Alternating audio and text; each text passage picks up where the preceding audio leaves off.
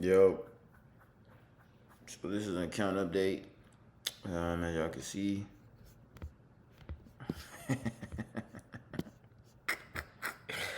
I got gapped out, nigga, like a motherfucker. But I contacted support, see if they can help me with my slippage. So we'll see if they can fix that. But I lost way more than I was supposed to, bro. They took me out at this level. Mind you, my entry was like this, and my stops were like right here. It got me out all the way down here. So I lost way more than what the fuck I was supposed to, bro. That's what happens. We know price is bearish now because it broke this level of buyers. So we're waiting on a retracement. So price can do this, come back up here, create another lower high, and then start going back down. So we'll look for that. I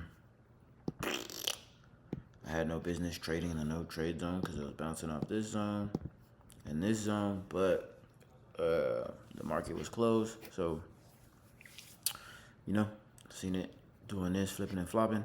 So I should have just left it alone. Like I said, it happens. Like I said, I'm not finna sit here and I'm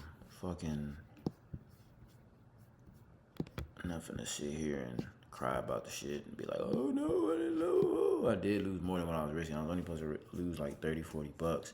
So the account I should still be up a little, you know what I'm saying? Not lose a whole $100 off of this whole slippage move because my stops were just right here. Not below there if I can recall. Position I added, but I didn't want to get out of my.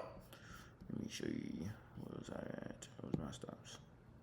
Yeah, my stops were just below here. I got stopped that way below here, so I lost way more. You know what I'm saying? So it is what it is.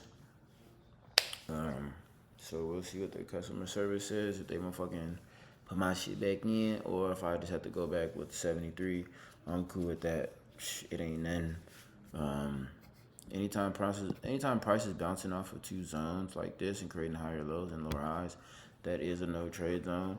So I had no business being in there, but my stops were right there, so I was okay with taking that L. But what I was not okay with is losing way more than what the fuck I was, you know what I'm saying, supposed to. Because even on my funded account, I lost fucking way more than I was supposed to. So that shit be fucking shit up. But that's pretty much it. Let me give y'all niggas a market update for Sunday. Gold, now we know it broke this level of bars. So it's going to hit this level of bars right here and have a reaction. Come up to this level and switch back bearish. So that's what we're looking for. And then we'll take price down because it broke out of this level of bars. Also, USD JPY, it's still bullish. It hasn't created no bearish momentum. It has now tapped into this level of sellers. So we'll see if it breaks this level or if it starts switching back bearish. So we'll wait on that. Bitcoin, it hit that level of sellers, like I said. So I would be looking for sales on Bitcoin. You see, like I told y'all, it was going to tap into this level. Like sometimes if it hits the level, it can create a lower high at that level. And sometimes, you know what I'm saying, it can hit this level and create a higher low at those levels of buyers and sellers. Just like it did right here. You know what I'm saying? It'll tap into this and create that level, or tap into this and create a lower high. It just depends. That's just what the market does. So what Bitcoin did was it tapped into this level of sellers, created a lower high at this level that it broke out of. And then now it's sitting back bearish. It broke a higher low. So if it breaks this higher low, we'll be looking for price to do this, come back up here, and then create a lower high, and then I can take sales down. If that's the case, we'll just see what that does. So I'll be looking for Bitcoin sales, USD JPY. I'll wait, see what it does. If it breaks out of the zone, or if it switches back bearish out of this level of sellers, then I'll take sales on that. But other than that, that's pretty much it. We're waiting on a pullback on gold, and then we'll wait a pullback on Bitcoin. And then we'll wait on a fucking see what USD JPY does. But that's pretty much it. That's the market update. Pretty much down less than what the fuck we was at because of this big ass gap. Like that whole gap, look, it gapped me from my stop loss was here. It gapped me all the way down fucking here. So lost a big ass fucking chunk of the account. That's dumb as fuck. It happens.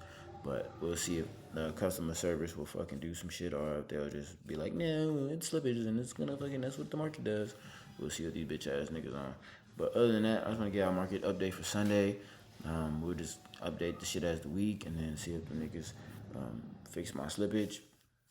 But that's pretty much it for this start of the week. It's Sunday, 6:32, and we'll just watch everything play out because I really don't trade Asian session. I usually just trade London and New York most of the time. I'll take some entries on Asian, just depend on the market moves. But little mistakes won't really cost you big if your risk management is good. But what I want to do is I don't want to keep making little dumb mistakes that I know I shouldn't even be doing, trading no trade zones and shit. And you know what I'm saying, taking a setup when this is not even creating a higher low yet and rejecting this area. So that's what I don't want to be doing. So I'm gonna take this L. That's fine. I'm okay with taking L's. It's a part of trading. But what you don't want to do is break your rules. And that's kind of what I did here. I could have just did my entry, hit my take profit at this level, and seen it reject, and just got out and just call it a fucking day and just spend my weekend. You know what I'm saying? The account would be at like 200 and something, but that's what happens. Remember, trading is all psychology. It's a psychological game, and it's all based off your decisions. You can know what the market's doing, but if you're making dumbass decisions, you will lose unnecessary money. You will do some dumbass shit. So I don't want to do this with this challenge and making a whole M. So I'm gonna fix what the fuck I did, and if it's giving me two different signs, I'm just not gonna take it until it probably shows me what it wants to do. I don't want to sit here and make the same fucking mistakes over and over again. That's dumb as shit. So I'm gonna take that shit. No Diddy, nigga, and just keep it moving. Next trade will come. Trade setup I take, or if they fucking give me my shit back, I'll update y'all on that. But the start of the new week, still got plenty of fucking money to make. Still can do a whole bunch. You can still do a whole lot, man. When you take a L, it's not the end of the fucking day. You know what I'm saying? Don't go cry in a corner and do all that bullshit. Don't start over trading. You just wait on the next setup and you keep it fucking moving. So I'll be back with another video. All right, y'all niggas, you know what I'm saying? Let's get this money this week, nigga, and take some setups, nigga. But that's pretty much it. I'll hit y'all niggas later.